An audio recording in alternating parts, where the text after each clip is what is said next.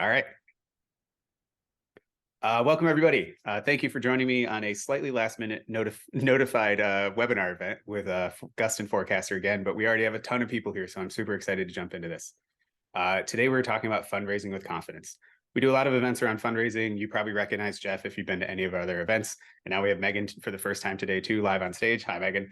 She'll help out in the chat. So if you have any questions about Gust or Forecaster, hit us up in the chat and also tell us where you're from, what your startup's name is today. But we're going to talk all about fundraising with confidence. And this is going to be a joint event. This is kind of the first time we've done this. That's kind of a lie. We've done joint events all the time where we comment, and you might have seen me and Logan or me and Steven. But we've actually collaborated on the content for this event today, leveraging both the forecaster's expertise and Gust's expertise on everything you need to know when jumping out on a funding round. So I'm really pleased to be joined by Jeff Erickson from Forecaster today. And we're going to just get right to it. Jeff, if you want to give yourself a quick introduction, and then we'll dive in. All right. Well, thanks, Ryan. And one note, I'm going into the chat here, and it looks like I am not able to chat with the entire Oh, maybe I have to open it up. group. Hang on. There we I don't go. know, Megan, are you able to? I just opened it up. Oh, perfect. Okay. So then Yeah. I think that everybody should be able to share where you're calling in from, what the name of your startup is, all that fun stuff. And we'll get rolling. My name is Jeff Erickson. I'm the Director of Strategic Partnerships at Forecaster. A little background on me. I've been a founder. I ran a company for like 10 years. And so I've been in your shoes. We ended up selling that to a private equity group. And then I spent some time getting back into the tech startup space. And Forecaster has been something I've noticed a lot of founders needed. And so that was what kind of drew me to that. And we'll talk a little bit about this. One of the needs is, just knowing your numbers as a founder. So as Ryan mentioned, I've got my colleague Megan with us, so excited to be joining here. And I'm excited to team up with Ryan on this because Ryan's got such a wealth of knowledge from both sides of seeing, founders trying to raise capital. One other thing about me, I'm also an active angel investor. I've made about 35 different investments over the last few years and continue to invest in early stage startups primarily. So with that, I'm going to share my screen and we can start chatting a little bit about raising capital with confidence. One of the things I want to just kind of start things off by saying is that, especially as an early stage founder, what you're going to realize is that as an investor, I'm really taking a bet on you as the founder more than anything else. So even if you've got the best idea in the world, if I see that, I don't have confidence in you that you can actually execute to that plan, I'm not going to make that investment. On the flip side, your confidence is going to portray and kind of push more confidence to me. And so going back to being able to tell your story with confidence, know the different aspects of your business, is going to, one, make you more confident, but it's going to transfer that confidence over to your investors as well. So that's why we're talking about, getting the confidence to raise your next round. So we already did our intros here. Ryan, anything else you wanted to add here? Yeah, sorry. I've done so many of these. Sometimes I forget to introduce myself. I assume that everybody's seen my talking head for a while, but I'm Ryan Nash. I'm the COO of Gust. I've been working at startups in all stages probably for 15 years. I didn't even know I was in a startup when I started my first tech job, but I joined a company that was in mid-acquisition by Boeing. So that company was actually called Scarvin Kestrel Enterprises. It was in the defense technology space. It was operating massive scale and like upside down search, and it was super exciting. But I swear this was my first job in my early 20s, and I got into this company where a lot of things just didn't make sense because there was so much transition, but there was so much excitement. There was like this leftover skeleton of this startup culture of these founder teams, these personas, and this like post-exit euphoria that lasted for like 2 years. And you got to see kind of like the old way running up against the new way and all the weird. The biggest fight was switching over to Outlook. These 60-year-old engineers who had been building Linux software for their whole lives, literally almost like pitchforks and torches, were like, never, I use mail on my terminal. What are you doing? And as I got to know more about that and seeing the struggles with that, I like tapped into like, the energy I wanted to preserve from the company that I had joined, not knowing that. And then I moved over to Gust, and gosh, I've been with Gust for like 10 years. And Gust does every single stage of startups, from literally your idea and the person that you are. Like Jess said, the confidence is really going to be built in you. Investors are investing in you and seeing that founder or founder team dynamic, all the way to Series A, Series B, massive expectations, growth and scale and craziness. Gust has been through many stages itself, like actually like hyper hiring scale stuff when capital is flush, starting out new product lines and things like that. So I've seen enough to make my head spin. I feel like I've had 5 jobs within one company through Gust. So it's been a really exciting ride. I'm a mini angel trying to catch up to Jeff at some point. But if you attend some of our investment webinars, you realize like your portfolio's got to have, dozens, if not hundreds of companies over time. So making that, slow growth kind of thing is the strategic approach there. And through Gust and myself, I'm a startup advisor. I'm trying to scale startup advice with a product we call Mission Control, which we'll talk about later on in this program. And I'm just excited to run through this with Jeff. So let's keep going. Ryan, this is awesome, and not a better place to be than Gust if you want to be in the middle of the startup ecosystem. So cool. You've been there 10 years. That's amazing. 11 Okay. in April. Wow. Yeah. Okay, so just to kind of set the stage of what we're going to cover today is you may have heard the term KYC. It's a banking term, know your customer. Well, when it comes to fundraising, I like to throw out the term KYX. And that X is there's a bunch of stuff you need to know as you head into fundraising. And so first, you're going to need to know your investor. And we'll talk a little bit about doing the research there, knowing your numbers, knowing your equity, and then knowing your pitch. And if you can get those things down, you should be able to have the confidence to go in and present to any investor at any point, at any time. And then we'll talk a little bit about at the end here, putting it all together so that you have the confidence when you're asked questions, you just point them to one place and you know everything's covered. And so again, this is going to be about building your confidence and building the confidence in your investors.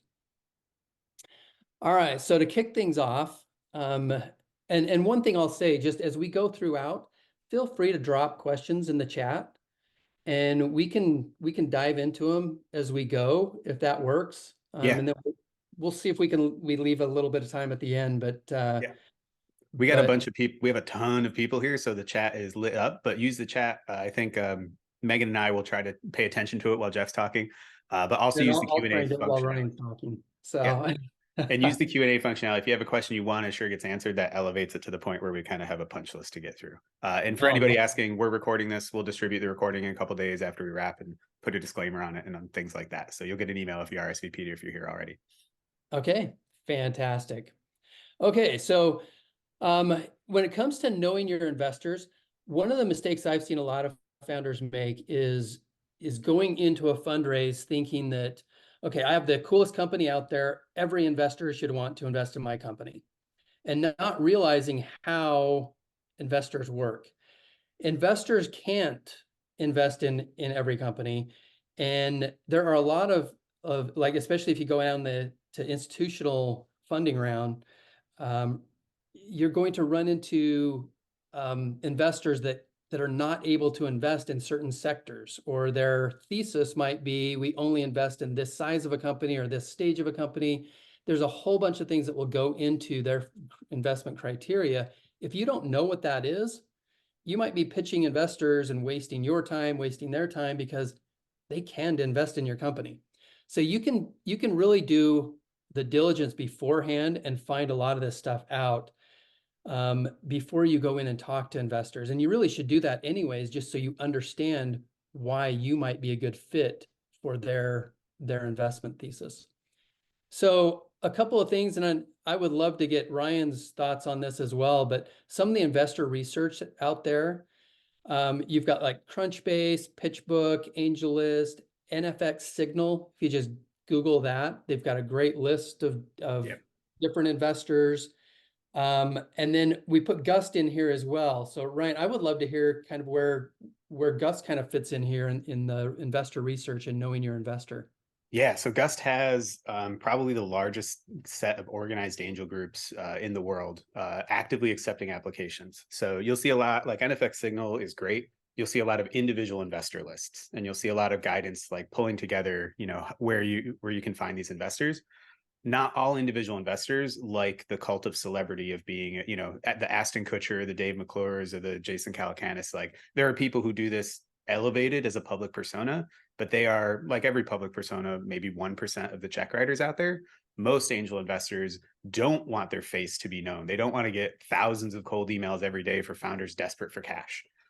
Or they want to de-risk their investment because they're being strategic about this. They're not what they call unicorn hunters out west who are like, I have a ton of capital. I'm just going to invest in everybody. I'm going to not care about the losers. And once that one Facebook IPOs, I'm good. So those investors who write the majority of the checks in the space often work in local angel groups. You might have heard of a group like New York Angels or Golden Seeds or Sandhill Angels, but they're groups of people anywhere from a couple dozen to a couple hundred, depending on how mature they are, that run a process. So rather than just relying on networks and cold emails and whatnot, they might meet monthly to just evaluate a new group of candidates, companies who have applied to them. And a lot of them use a software called Gust. That was Gust namesake. We were born into angel group software, basically like a glorified high powered CRM specifically targeted towards angel investors. And over the years, we have amassed hundreds of groups that are on that platform actively accepting applications. And just like Jeff said, they list their criteria so you can actually see a good fit and you can just apply. You don't need to find a cold email. You don't have to write a weird AI half generated sentence and like hope people open it. You can literally just use Gust as a common application to apply to those groups when you're at the right stage. Like Jeff said, don't waste your time. Don't go to apply to an angel group that says we only invest in companies that could get to break even but in 24 months. If you are an idea stage company, your application will go right on the floor. A screening committee run by interns can screen that one out. But find the right ones, use Gust, and you can actually get some decent traction in the deal flow in that way. And don't use it exclusively. The biggest thing is you want to go out to hundreds of people, even if they're good fit investors.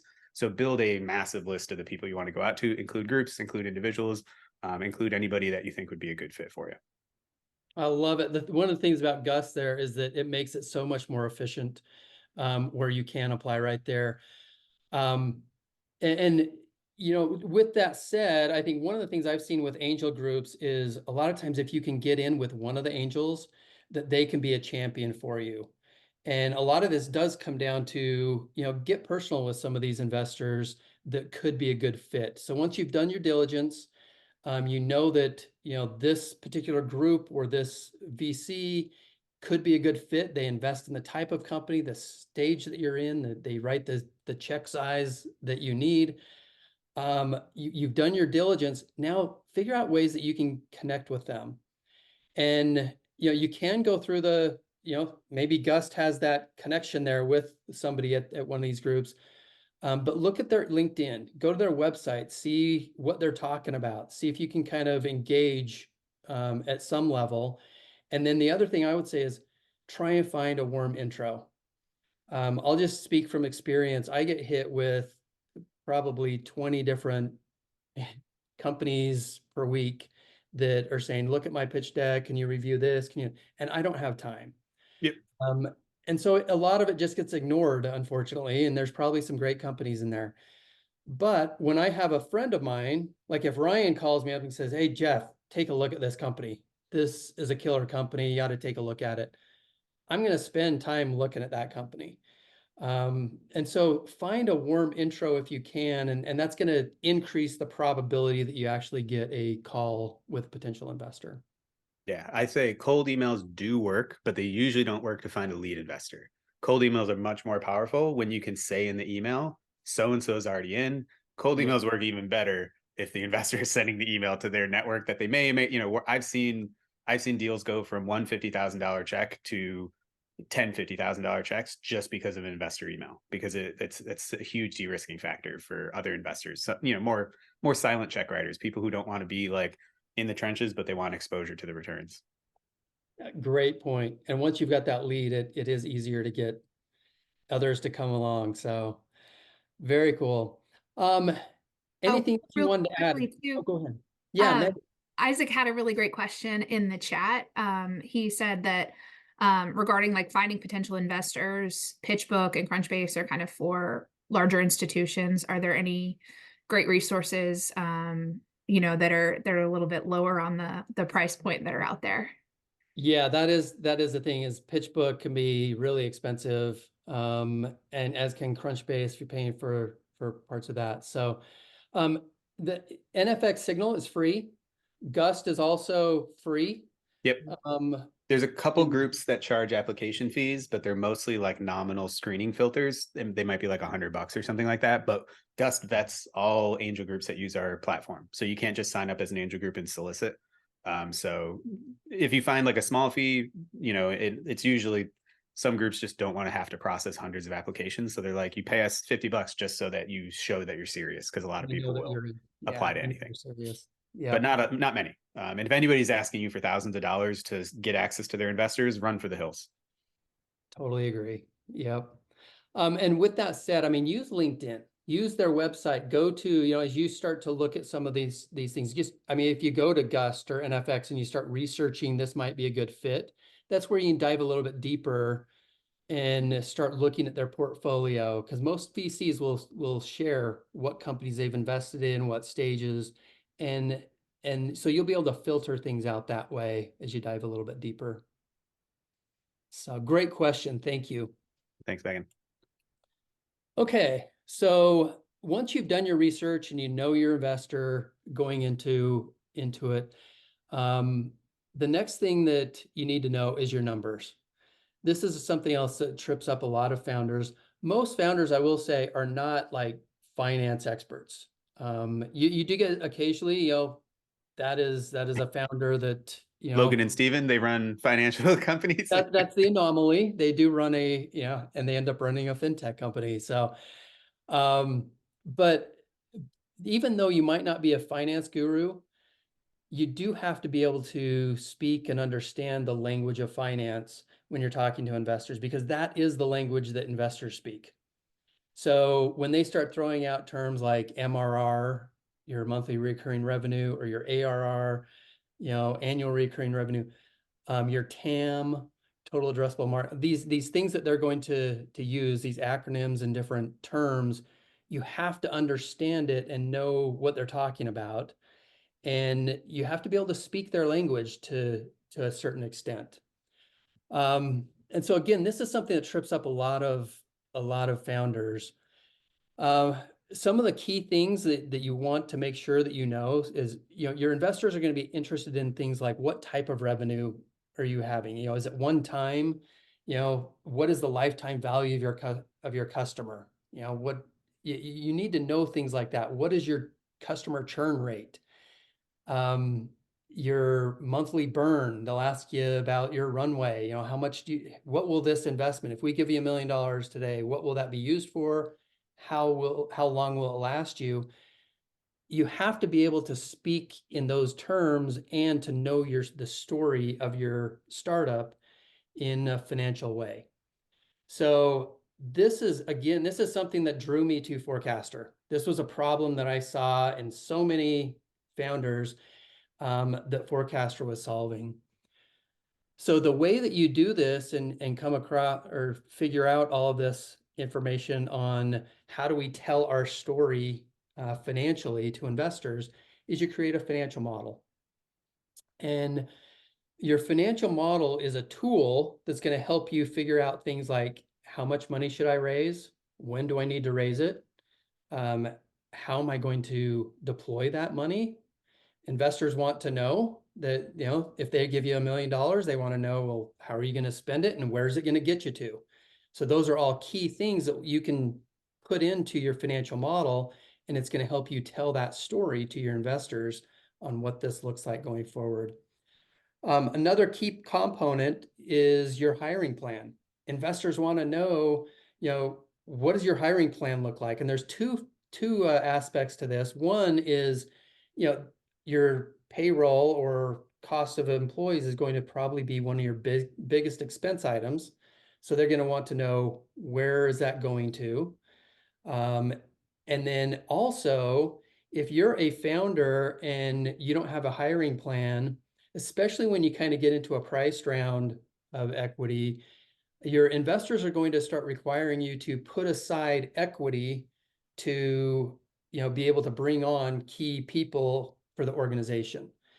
And if you don't have a hiring plan, they'll tell you how much equity you need to set aside, and that comes out of your pocket as the founders, not out of their pocket, because they'll say, set this aside before we invest. And if they say, well, we need you to put 20% aside in an equity pool, if you can come back and say, well, here's our hiring plan, and we need these 10 people in these positions, and here's how much equity is associated with each. Now you can say, no, it's not 20%, it's actually 12.3%. And now you're driving that. And honestly, it's going to give you more confidence, but your investors are also going to be more confident when you can get to that level of detail and say, no, it's not 20%, it's 12.3% or whatever it is. So Ryan, I would love to get your thoughts on this as well. I was thumbs upping, and because that is one of the I think one of the more interesting things about our industry is there's like rules of thumb, and then people are like, oh, we'll just do that. It's like, no, that's where you kind of start with, and then you back it up with what actually makes sense for your narrative. And you want to litigate almost every single, not legally litigate, but you want in your company, you want to justify this. And I think hidden dilution, like, oh, I have a 20% option pool because like 20% is what I heard in like standard chats. It's like, no, back it up, because that will be used to dilute you in investors' mind in future rounds. They're going to be like, oh, the pool is fixed at 20%. That ownership might not be immediate dilution, but it's going to be factored into how much they're going to want of the company and how much you'll be left in. One of my favorite articles on this is Jose Anzer, who's a lawyer in one of our networks. He says it's an equity pool, not an equity ocean. So don't just arbitrarily pick 15%, 20%. That hiring plan will give you so much leverage to be like, no, this makes sense. To increase the pool, somebody would have to make a counter narrative that's like, I think you're going to need 10 times as many SDRs. And it's like, no, I don't think we will. Not to get to the next inflection point. If we need to increase it after the next round, we totally can. But for this fundraising round, 12.3 makes total sense. That's a great point, Jeff. And Ryan, you bring up some great points, and just knowing what this is. I mean, again, if you can tell the story of how your company works financially and even on the equity side, it's going to instill confidence in your investors. So one other thing I just wanted to mention about your financial model, not just for fundraising, but it can help you make good strategic decisions. So as you start to evaluate, you'll start to get some different data that comes in, and you'll be able to measure against that in your model. And you'll be able to see things like, okay, is it more advantageous for us to hire a new salesperson, or to put, some of the money into, this marketing channel, because we're seeing how that's working. You'll be able to start making decisions like that, saying, wow, we're way better off if we, allocate $100,000 to paid ads instead of hiring a new salesperson, or vice versa. And if you can model that out, now you're making better decisions as a founder, CEO of your company. Along these lines, I'll just briefly mention Forecaster. Again, this is what drew me to Forecaster, is they're making financial modeling easy for founders. This was something that most of the founders that I've worked with, they have kind of gone to somebody and said, hey, can you create me a spreadsheet? They get a spreadsheet back from somebody that has 40 tabs in it. They have no idea how to use it, and their financial model really does not do them any good. They can hand it to an investor, but when the investor starts to ask questions about it or poke into it, they don't know how to use the model. Forecaster is making it easy for founders to be able to walk through that financial plan and that story of your company, so that you are presenting it to your investors and your investors understand it, and you can kind of walk through it together. So I'll just mention that with Gust, we love working with the team at Gust. We've actually got a special offer that's available through Gust. It's 20% off your first year. And then we'll also waive the implementation fees for anyone coming through Gust. So Megan, if you could share that, maybe you already have, but share that link. If you guys want to just get a demo of Forecaster, if you need help on your financial modeling at all, go through a demo, see if it's something that would be beneficial for you. And we would love to help you out in that regard.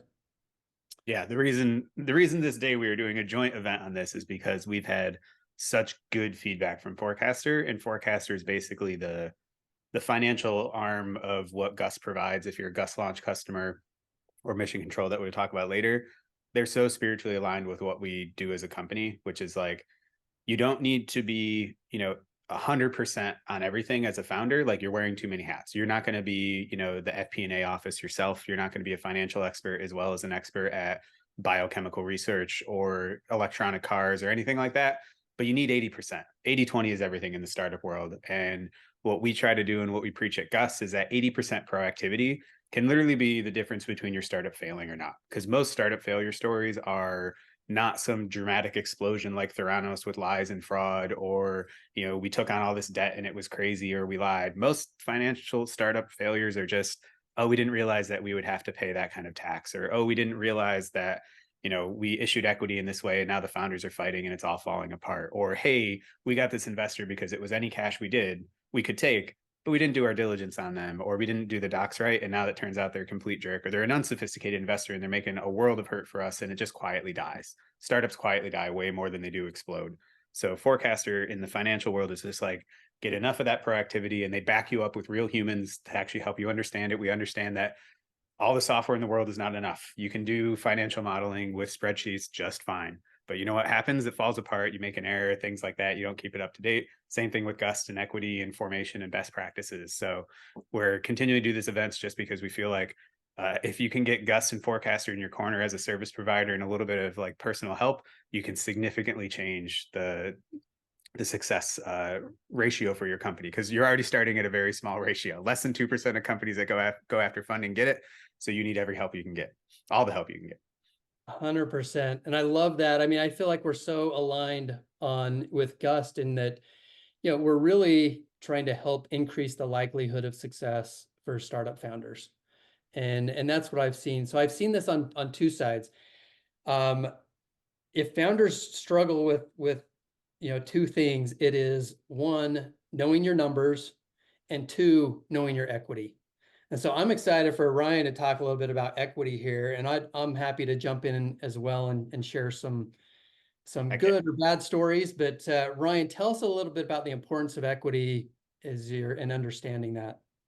Yeah. So as Jeff was saying, getting your financial house in order is essential to raising money with confidence. You need to speak the investor's language when it comes to where your business is going, how it grows, why you need, how much money, what you're going to use it for. On pretty much the entire opposite is, can this company execute that? And is it set up to persist? And is it set up to sustain itself through multiple funding rounds, through the trials and tribulations and the struggle of growing a startup? And what that consists is really like, who owns the company? Who is going to benefit from it if it is successful? And are there incentives properly aligned so that through all those stages, people will stick with it? Because without the founding team and without the key hires, most startups would fall apart. Honestly, into Series A and even into Series B, like, the machine isn't well assembled enough to survive without the founding team. So investors need to have the confidence that the incentivization structure of the company makes sense. And on the flip side, the founder needs to have the confidence that they know, exactly who owns what their company at any time, and that they can control it, and that they continue to control it throughout the lifestyle of the company as much as it makes sense. Founders, if you go the VC route, if you're going to go into the latter part of the alphabet, or even honestly past the B part of the alphabet, you're going to lose control of your company majority wise eventually. You're going to be sitting on 20%, 30% maybe, but hopefully of a much larger pie, right? And you're totally satisfied with that. There's other people on the board and things like that. But in the early days, you really want to be sure, how much of your company you're giving away when you raise money. So all the way back to, what is equity? It's starting a company that actually has ownership structure. So forming a company, Delaware C Corp is still the golden standard in the space. Most investors insist on investing in Delaware C corporations. C corporation is just a funny part of it's not a stutter. It's the funny part of the tax code that just happens to be under, volume C or whatever. But it is a company that has a structure, has a board of directors, it has shareholders, and it has officers. And setting all that stuff up is what gives investors confidence that when they invest in your company, they actually have the ownership that will stand up to the test of time. The reason it's Delaware is because Delaware is the biggest body of case law in the United States, probably in the world, maybe. That gives investor confidence that they're not going to have to go to court in order to get, their return if things go really well. And its courts are known to be corporate friendly, so it gives people a lot of confidence. So knowing your equity starts with your formation docs. It literally says how much stock you have, common stock. Later on, as the company matures, those docs will be amended to add different classes of stock and ownership that you'll sell to investors. And after you get that formed and filed, you need to keep track of it.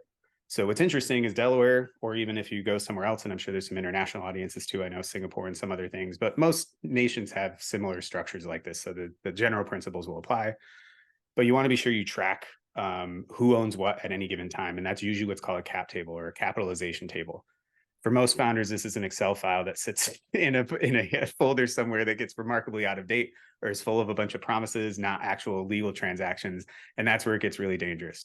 Jeff actually assembled these slides and you put accurate and up to date. We stress that. You want to know who owns your company at what time, and you want to be sure it's real ownership. You don't want to make promised ownership. You don't want text messages and emails being like, oh yeah, we're 50-50 or we're 30-60 or 30-67, whatever it is.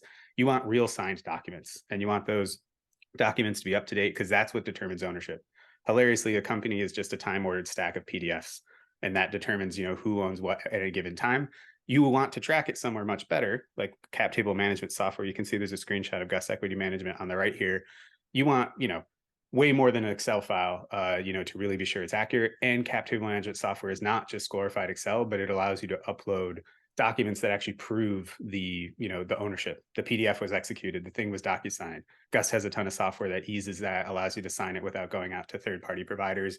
And Gust Launch, which I talked about a little bit in the chat, literally starts with formation and just walks you through every single step of that so you can keep your house in order. You almost can't break your house unless you go off on the side and sign some rogue documents, in person or with another service. But if you keep it all in the platform, it usually keeps your life much more sane.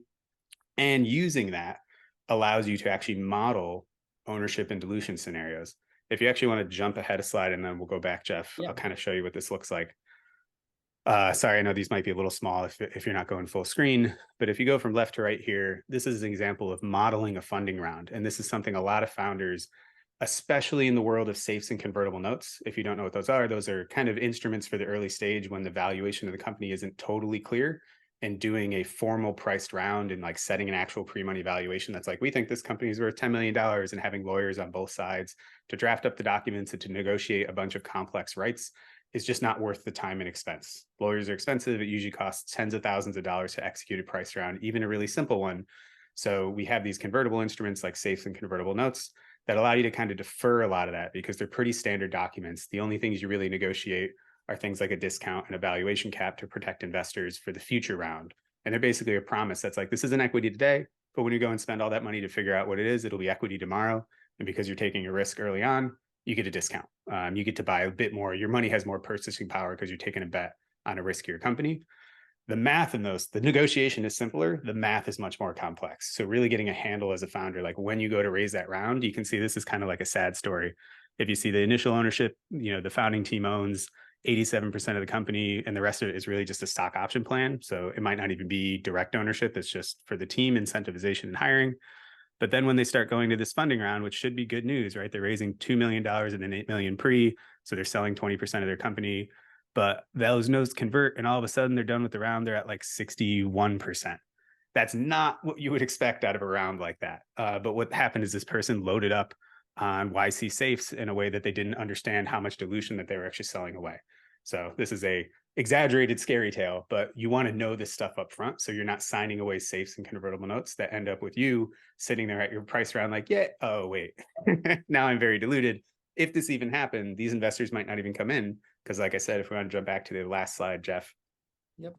The investors want to know, they want to know that you're properly incentive. If you're sitting at 61% of your company after your first seed round, like that's not a huge amount of ownership, to really drive this forward for the next 4 or 5, 6, 7 years to an exit. So that could even complicate the funding round stats. So really getting a handle on this in early days is really going to help you fundraise with confidence. You'll know how much you're selling away. You won't get surprised when those conversion numbers come in. And often, even in those negotiations on those convertible instruments, depending on the investors you're working with, they might not necessarily know, the full math of that at the time. They just want to get in, when it's, just betting on you.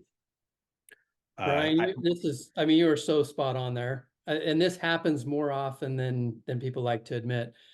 but getting kind of over your skis in terms of continuing to issue safes or convertible notes. There's a real, I mean, it happens all the time, because as investors want to give you more money and your company, you're like, oh, well, let's just take on some more money. And if you're doing that on the same terms, and then you're not projecting out what that means when you raise your next round, it can ruin your company. Yep. So having a tool like Gust that you can run these models through and say, okay, what does this mean when we issue these safes, and what happens when they convert, is so critical as a founder. So knowing your equity is so critical. And you can tell that story where, just like Jeff was saying with the option pool, which is part of it, that's part of your equity too, or with your financial model, like you use that financial model to track out, this is what we use the money for, this is the hiring plan, these are the milestones we hit, this is when we go out for another round, or this is when we hit break even if we succeed on these things. You can do the same thing with your equity narrative, which is basically like, I know exactly how much of my company I'm selling at each round. This is how much control I'm going to make to keep to me as the founder, and to communicate to investors. Like, they understand this language too. They just like finances, they understand equity and dilution and preferred rounds and valuation caps probably better than you. They're looking at hundreds of these deals before they decide to invest in one. So really having the confidence that you can fire back. I think, I know Jeff and the forecaster team often say it's like when you pitch your financial model at first touch, you're basically showing the opportunity that you've thought through some things, and you welcome questions about it for the next round, right? If it's a 15-minute pitch, you're trying to get interest, but then what you want to do is you want to sit down with the investors that are truly interested and have a conversation about that financial model and let them poke holes in it. You want to have the same level of confidence to have a conversation about equity. If they say, why is this person on the cap table? They're not there anymore. You want a narrative to back that up. And it's not, we have clean cap table here. You're going to hear it all the time. It's like, oh, my investors want like to cram a bunch of people in an SPV. They want a clean cap table. A clean cap table is a cap table that has a clean narrative. It doesn't necessarily mean that you're the only one on it, or it's just the founding team and you've never given equity away to anybody, but it has a narrative that you can back up and support. Say you have a 3-person founding team early on, and everybody's just running on all cylinders. Say the CEO has 40% and 30-30 for somebody else. That's probably too clean in terms of cuts, but it makes sense, right? And you're a year and a half into it, and the third founder has a life event. Say it's even a good life event. They have an amazing offer they can't put down, or they have to take care of a sick parent. They leave the company for whatever reason, and you have appropriate vesting schedules on it. So they do have some equity. They have their first years of equity, a year and a half, but they left and the company bought back the rest of the equity because they can no longer, persist. They had a 4-year vesting schedule, which is pretty standard. That is a narrative that makes sense. If an investor comes in and says, why does this person own 3.5% of the company? They're not there anymore. It's like, hey, that was our co-founder. They built the initial stuff. They filled up our initial sales channel. Like, they are awesome, but they're just not with us anymore because of X event. They deserve that equity. Cool. The bad thing, the unclean cap table, is why is this 3% here? And it's like, oh, well, we worked with this like consulting firm that was like really cool to build our MVP, and they offered a discounted rate. So we gave them, equity in the company, but then like turned out it was just like a front for an overseas shop that like didn't do quality work. And now like, it really sucks, but we didn't have vesting schedules on that equity. So they just kind of own it and we can't really do anything about it. But like, we're thinking about like, I don't know, authorizing more shares to try to dilute them. But that narrative completely falls apart. Next, please. I want to go look at a company that doesn't have that story behind it. So that's how you really want to sit down with those potential investors that are interested and walk through that narrative, but have the confidence that you understand why everybody's on your cap table. And then when you go forward, the negotiation, like Jeff was saying, is, well, how big should the option pool be after that? Oh, we back that up with the hiring plan. It's like, well, what's your next round going to look like if things go well? It's like, oh, well, this is why we're selling 12% in this round and not 15%, because we want, these optionality. That's really knowing your equity and having confidence at the negotiating table when you're raising. Love it. And I think we covered everything. Anything else on that before I jump into attorneys? Yeah, just real quickly, because I want to make sure we get to the pitch and then wrapping things up here. And hopefully we have some time for some of the questions, because I see some coming in. But I'll just mention real quickly on a startup attorney, this is not just for you, but it's also for your investors. As an investor, if I see a company that has an inexperienced attorney or somebody that doesn't deal with startups a lot, it is a big red flag. And I don't want my attorney wasting their time teaching your attorney how to do everything. and they're going to start negotiating stuff that shouldn't be negotiated. It's going to cost you a bunch of time and money. It's going to cost the investors a bunch of time and money. It's worth it to get a good startup, experienced startup attorney. And so they'll also be able to help you with, when equity questions come up. They know this stuff way better than you do as a founder. They do it every day. Get a good startup attorney. Yeah, I'd just double down on that. And startup attorney is such a funny word, but it's like, I think often the professional services have this like opaque curtain over them for most people who've never interacted with them a lot, which is like, well, lawyers have to pass a bar exam. So like they all must know everything about lawyering. They just choose to lawyer on what they like. Now, whatever discipline you're in, if you're an engineer, if you're a designer, if like I'm a software engineer by trade, but I know web stacks and like, things that run on servers, I should not be trusted to engineer an aeroplane or anything like that, So finding startup lawyers, because you will get this, what I like to call it is not incorrect, but irrelevant advice, where it's like the lawyers maybe, they pass the bar, they're staying true to their profession, but they've never touched convertible notes before. So you say, I want to go raise money. And they're like, oh, well, why are you a C Corp? You should be a local LLC. I'll write you this subscription agreement and we'll get your like co-founders and your initial investors in like I do a restaurant. It's like, no, like that will completely blow up your company in terms of like just the amount of money to fix it would be insane. So really make sure you're working with firms that understand the startup world, because it's a counterintuitive world. Literally, you incorporate with 10 million shares, really standard, and then you get a bill from Delaware the next year that says you owe us $80,000 in franchise tax. You lose your mind. But if you're working with a competent startup lawyer, they would say like, hey, or if you're working with us for simple stuff like that, it's like everybody gets that scary bill. There's a different way to calculate taxes in the world of startups. It's only going to be $400. Don't worry about it. Don't panic. That's just how the system works. But it seems counterintuitive as can be. And so I think services, Forecaster and Gust can really help 80/20 it. We'll educate you along the way. We'll get it passed. You don't want to spend $700 on billable hours just to learn about weird esoteric things like Delaware franchise tax. But what you do want is good strategic counsel when you're making decisions like putting investors into your company, expanding your operations, actually getting employment contracts in place, or, big enterprise software sales. Like get a good startup attorney for strategic advice. Love it. Oh man, thank you for those insights, Ryan. Super helpful. So now that we've kind of covered knowing your investor, knowing your numbers, knowing your equity, the next thing is building out your pitch deck and knowing your pitch. I'll just quickly go through a couple of examples that I've seen where founders have made mistakes in this regard. One is trying to get creative. I mean, we all want our pitch deck to kind of stand out and be different and, catch attention and all of that. But where you run into problems is when you either leave things out or add stuff that, is going to be distracting. And so there's a reason that a pitch deck kind of has key components to it. There are certain things you cannot leave out. You have to be investors want to know about your team, for example. And that's a super important part of this. Why is it going to be you? Why they want to know about the competitive landscape, what else is out there. They want to know how big the market is. So all of those things are critical things that, if you leave those out, you're kind of missing something. So yes, you can get kind of creative in the presentation or things like that, but you can't do it at the expense of leaving out what investors need to know.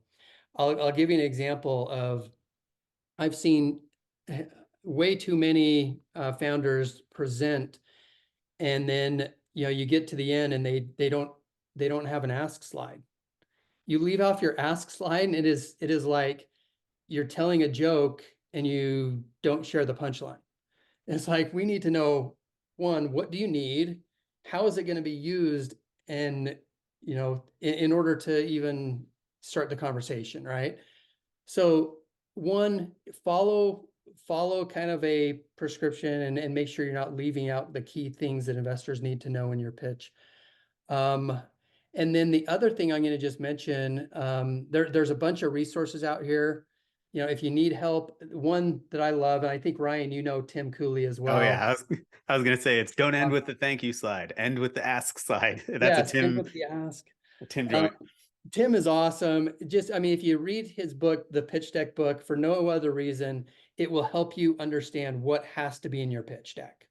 And so then going through that, it can be a great resource. And then the other thing I'll just mention here is that when it gets into pitching your company, just practice, practice, practice.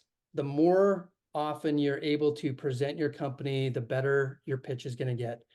You can definitely tell as an investor a company that is pitching for the 5th time versus somebody that's pitching for the 100th time. And even if you're pitching to your family or to your dog or to your local 1 million cups, take every advantage you have to and every opportunity to pitch and practice your story for your company. Ryan, anything you wanted to add to that before we talked about mission control?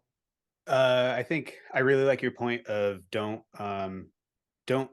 miss anything in your pitch deck, like the essentials, but the way you tell your story will be unique to your startup, and you want to lean on your strengths, which is you want to be sure you cover all the bases, but you don't want to spend like the front half of the pitch. You know, if your market is super well known and your problem space is obvious, but you have a unique and novel solution, just because you saw the template where it's like, oh, problem space and total addressable market is like up front, and you like spend 5 minutes trying to convince investors that like there's a demand there that's obvious, like don't like you're wasting your momentum. Think every second counts.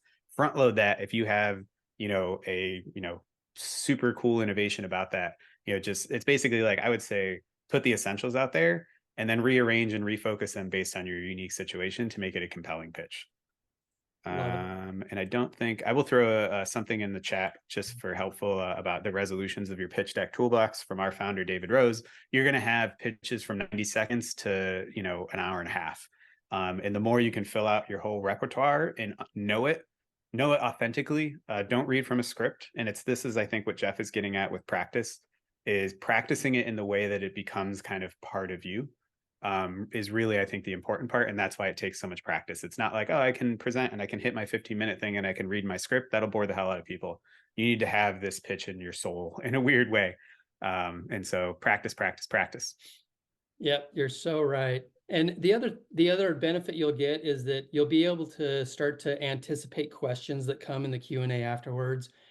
The more you do this, the more you're going to be able to kind of tweak your presentation based on the questions you get back, but you're going to be more prepared also for that Q&A session that comes up because you're going to know the questions that are going to be asked. Yeah. Yeah. Your pitch is a living organism too.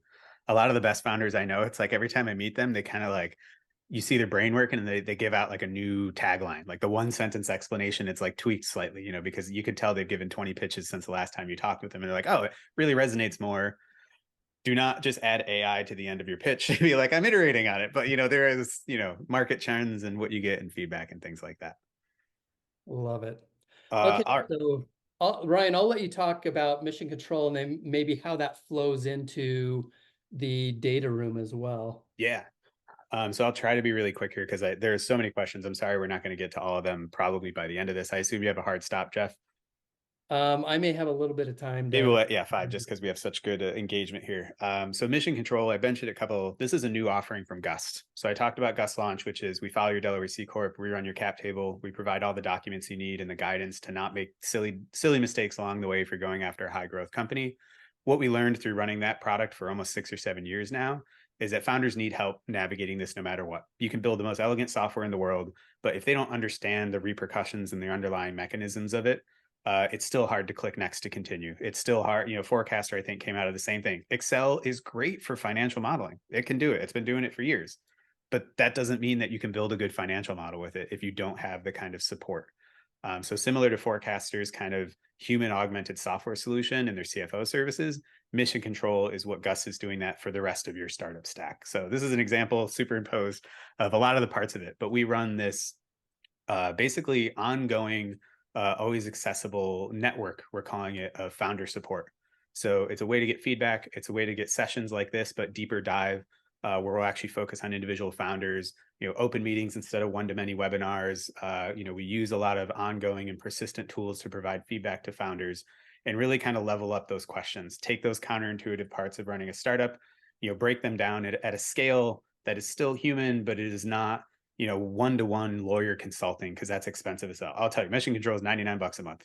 We think it's an amazing deal. We think if honestly you come to one session a month, you will probably save $600 to $700 in billable hours. We'll talk about the finer details of why an 83B election, or why as a founder, as a sole founder, why I should still put vesting on my stock. Shouldn't I own it all outright? How do convertible notes and safes work? What happens if my founder team starts fighting? Oh no, I had this old entity with a 2 board of directors, but I don't talk to that person anymore. And I'm making progress in the business now, but I'm scared about what's going to happen. How do I handle that situation? It's not a legal advice network. It's not a tax accounting network. It's that 80-20. It's the 80%. We can get you to the point where when you do engage with lawyers and tax accountants and professionals, you are getting maximum value out of very expensive but very valuable conversations, because you are armed to the teeth with the knowledge of what you're talking about. If any of those terms I said are like, I'm not really sure what that means, that's what we help with, is like really just putting everybody on the same level. So like Jeff was saying, you will be the startup founder. You're not just a founder, you're a startup founder. Much like we said, startup lawyers, it's like there's founders of all kinds, but you can spend years chasing investors, getting weird feedback, you know, iterating, having somebody come in and out of your company and not actually make progress because you're missing some of these key understandings. So thank you, Jeff. Mission Control is really affordable support at the earliest stage to help you cut through the noise. We do it in a way that we can scale it to try to level up as many people. We want to be the rising tide that lifts all boats. And then we give you access to all sorts of cool things. Like in this webinar, we're actually giving the forecaster discount to anybody who showed up and paid attention. But we have a great network of supportive partners that help us help founders all along the way. Check it out. Being on this webinar will include kind of a one-on-one coaching sessions for your purchase. We're having a great time with this and actually moving founders along. So it's been a very encouraging thing. Encouraged by Jeff and the forecaster team, like, keep doing this. It's really great. So check it out. It really helps just understand any of this stuff and all these questions I see in the chat.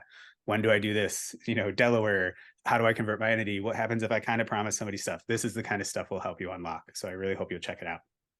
Ryan, this is so fantastic. And we're thrilled to be part of Mission Control. It's so helpful for startup founders.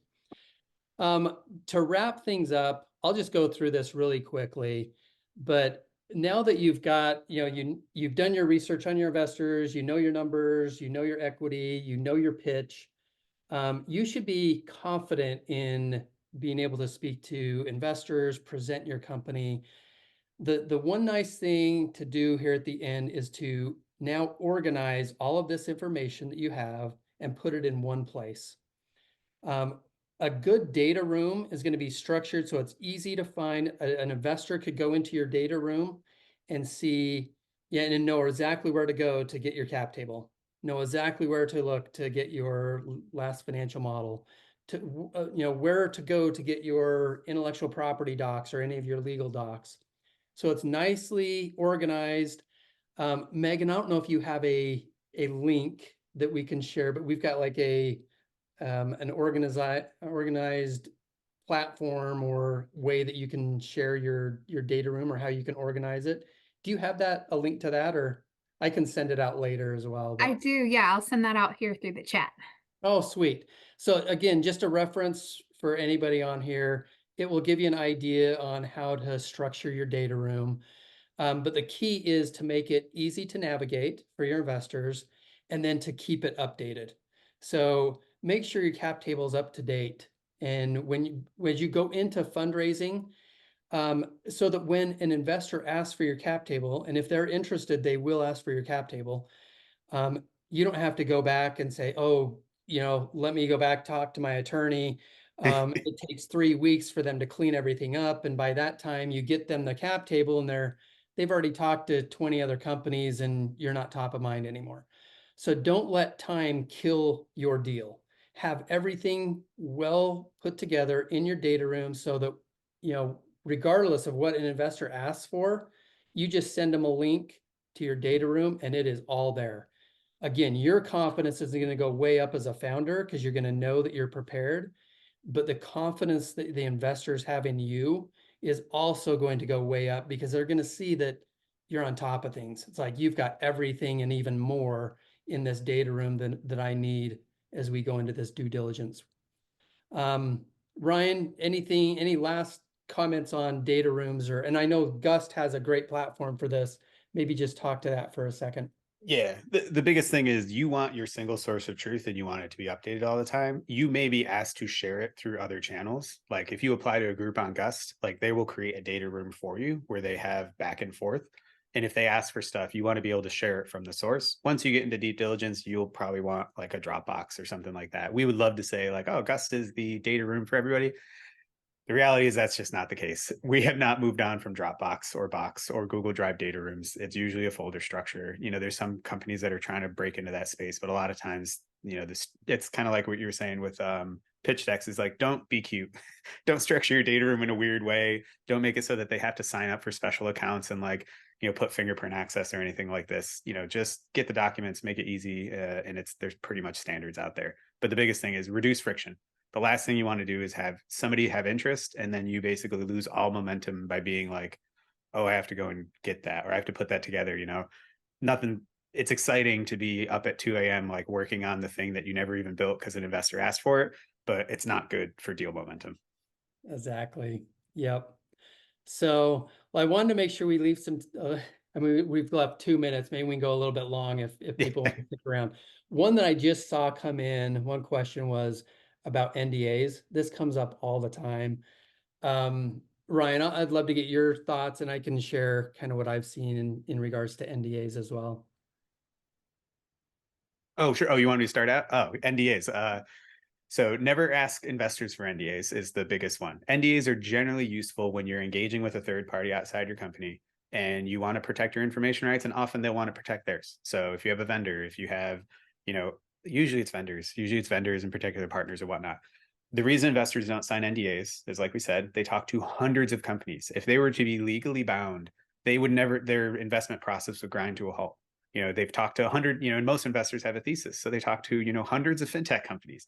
Investors are not out there to steal your idea and go hire some crackerjack team to execute on it and like blow you away. No offense. Your idea is worthless for the most part. It's in 100, maybe 100,000 different people's heads. It's the execution, the ambition, the ability to actually get down and do it that is so hard. So investors are not out there to steal your ideas at all, and NDAs would just tie their hands. So it looks naive as a founder if you're like, oh, I want you to sign an NDA to look at my 15-minute pitch deck. If a 15-minute pitch deck could literally change the world in that way, like we would be living in a very different world. It takes grit, determination, and a ton of work. So don't ask investors for NDAs unless you're into diligence, you have a super secret algorithm, or if you figure out how to create, alternate life forms or, CRISPR technology to like give frogs 10 legs. And it's like a proprietary patent and agreement that makes your company successful and protected. If you're in the diligence and the investor is going to write the check and you don't want that information out, that might be appropriate, but that is way down the line once things are really, really serious. Yeah, that's the key is don't ask for an NDA up front and early on. And if there are certain things that you're concerned that an investor might share with competitors or something like that, don't disclose it until it gets into that deeper diligence, Yep. if that ends up being the case. So, okay. Any other questions that we wanted to hit? Well, we've just got a couple minutes extra. I thought this was a pretty interesting one from David. He asked if what do you think about using an AI voiceover to pitch? If you've got like a stutter or struggle with public speaking, does it inspire confidence? Let me think on that one. I have not ever heard that question before. I have, and I've never experienced that either. I will say I've had experiences where a founder was not the one presenting. And if it's like a VP or somebody that's presenting the company, I always wonder why. It's like, I want to hear from the founder. Yep. And so maybe you have a co-founder and that is more of their strength, that, they're great at speaking and that. And so if it's a co-founder, I'm totally good with them speaking, and maybe you're more of a technical co-founder or whatever. But I don't know that I would do an AI or Yeah. that I'd actually probably I'm inspire gonna less confidence. Yeah, my gut is no. Well, actually, let me give you a recent example. It's not exactly AI, but it might be. It actually came up in a pitch practice session we did in Mission Control. So every month we do pitch practice, which is not an investment pitch. It's literally we have investors on the panel, but they give candid feedback. So a lot of times, if you go to public pitch practices, you don't get great questions. You get Shark Tank level questions, which might show some insight from the investors, but it's not, deep down. But in Mission Control, we do like actual like tough love kind of feedback where like I think your idea just can't float. You're trying to compete in an industry and you have no wedge or stuff like that. Anyway, so we had this pitch practice and a founder tried a very novel pitch, which was literally he's off camera and literally his words are just streaming out on a black screen because he had like an exciting pitch that was kind of like, what if, big impossible thing. It sparked a little bit of intrigue in the middle and then it fell completely flat because it was a non-standard pitch and it was also like, it wasn't human.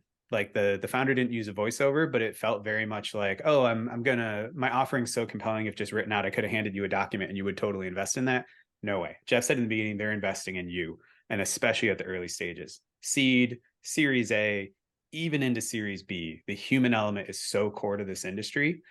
And what I will say, and this is not true for the entire investment industry, I think you've probably heard of cutthroat VCs and like bloody deals and things like that.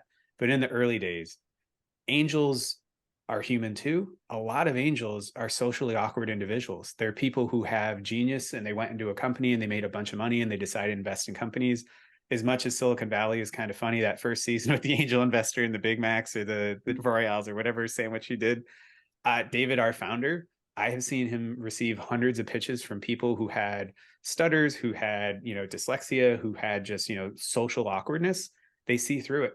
They want to see through it because they're often like the edge that they're looking for is the non-standard, like slick big wig, like, oh, I can, sell a ketchup popsicle to a woman in white gloves. They're looking for the underdogs. They're looking for the people who are going to fundamentally change it. So I wouldn't worry so much about it. I would actually think you could maybe use it as a strength, which is like, I am here and clearly like I am struggling with this, but I'm still going to communicate it to you because I believe that much about it. Having a backup with a co-founder is good, but never not be in the room. And the founders will always invest in the CEO. So I really think that's probably not the best idea now in the world. We'll see what AI does to us in the next 20 years. And maybe my answer will change. But I think right now you want it to be you. Love that. Yeah. Yeah, the authenticity piece is so important, I think. We can kind of kill two birds with one stone here. So we've got two questions here about Delaware. So one is Delaware still kind of like the number one choice? And also, do US investors generally want to see a foreign company have a Delaware office? Oh, sure. You want me to take that, Jeff? Go ahead. Yep. So Delaware is still the choice. I would say in 2021, I slightly started to change my answer because the froth of the market was crazy. There was so much capital available going to founding teams with like the smallest bit of ideas and the smallest bit of traction that I started to hear about, oh, hey, YC invested in this Canadian company. Like, oh, hey, a UK company might actually be a little bit more palatable. I don't know if you paid attention to DAO or crypto. Wyoming started to really pop out there, which was hilarious because it was like a distributed autonomous organization that has a centralized filing in a state of Wyoming. But Wyoming was going after the business. They saw, so Delaware makes 25% of their state revenue off of franchise taxes and corporate taxes. It is a big part of their state's economy, which is why they put a lot of resources to stay that way. So in 2021, when capital was flush and investors were chasing deals and they were getting closed out of deals, so all these Delaware C corporations in the coasts, were overfilling their rounds and investors were struggling to find some founders to invest in, they might have relaxed their, aperture of what kind of entity would I have confidence investing in. I think that's kind of slid backwards now that the pendulum has switched over to the investor side and they have the leverage. Checks are not being written at the same velocity.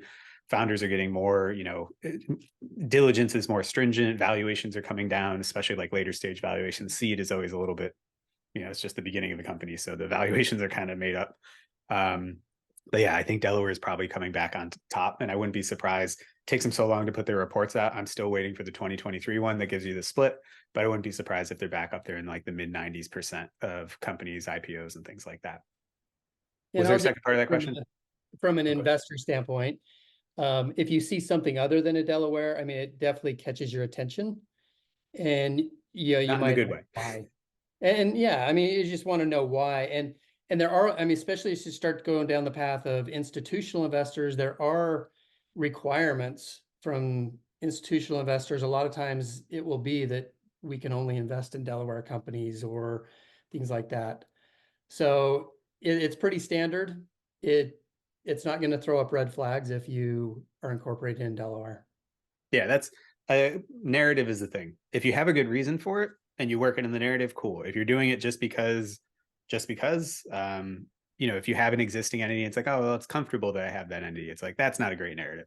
If it's like, hey, there is a unique advantage to be domiciled in, and depending on your industry, if you're pushing a crypto thing and you're in the Cayman Islands or something like that, there might be a really good reason why you're not in Delaware for those things. But for most companies, deviating from that, you need to have a good reason.